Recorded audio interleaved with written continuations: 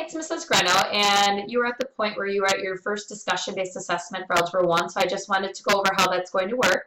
So I'm here in Module 1, so at this point you would have worked through all your lessons and assignments in Module 1, all the way up to finishing the practice test. So the practice test really is not a big graded item. It is meant more to give you a review and for us to use it as a tool to go over any more questions that you might need help on, or just to make sure that you've mastered everything in this module before you move on to the test and ultimately the final exam that you'll be taking at eSchool. So as you look here, when you click on the discussion-based assessment, this will be the same for most modules. Just general instructions that, again, once you've completed the practice test, you want to contact your instructor. So you can contact me email, text, phone, so that we can set up a time that works for both of us to talk over the phone. So I do want to do it either over the phone, or the other option is that you can do it on Blackboard Collaborate, which is our online classroom that we can both meet in.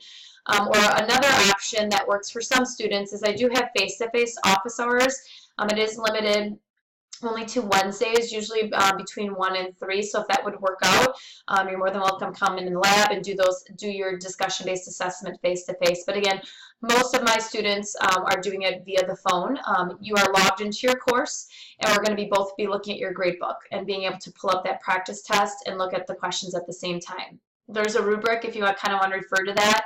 For myself, when I grade your discussion-based assessment to get 100%, it's not necessarily that you can answer every single question I ask you, or as we go over any questions that you understand everything completely. It is more that you are prepared for the discussion-based assessment. So for me, that means that you have taken notes on each lesson, or enough notes to support you so that you can have a conversation or you can reference something for each of the math topics or skills and concepts that you learned in this module. If you need extra help or support with that, that's where those videos that are listed in each of the beginning module folders that you can go back to review anything or get extra help on a specific topic within each of the lessons.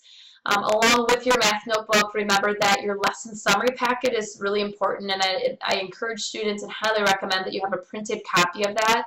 That's almost your guarantee to feel that you're prepared enough for each of the discussion-based assessments. So even if you have forgotten something, you know you can refer back to that lesson summary packet. It is one of the items you can use on your final exam. And again, that is located up here. You can see in the welcome folder. So if you click here, it is your lesson summary packet. You can open it up. It's a PDF and print that out. And again, staple it, put it right in your math notebook. And again, it's little mini lesson summaries for each of the lessons you'll be responsible for this entire segment. So for example, if you forgot what a coefficient is, right? And I'm saying, okay, well, what is a coefficient? And you're like, ooh, I don't remember. You can go back to your lesson summary, or I can help point it out, and then that's where you can explain to me, okay, coefficients are numbers that come before the variable. So again, just another resource for you to constantly guide yourself through each of the assignments, the tests, and again, ultimately the final exam. Once you are done here, so again, setting up a time, we talk, we work through the practice problems. Specifically, I'll focus on the ones that you made mistakes on or got wrong, but also, so time may vary. So again, depending how well you understand the module, that will depend how long the conversation will be. And again, my motivation for the DBA is so that you understand everything in that module, you feel confident moving on to the test, and again, that you can come into the final exam and be able to successfully answer questions from each of the modules to pass the final exam.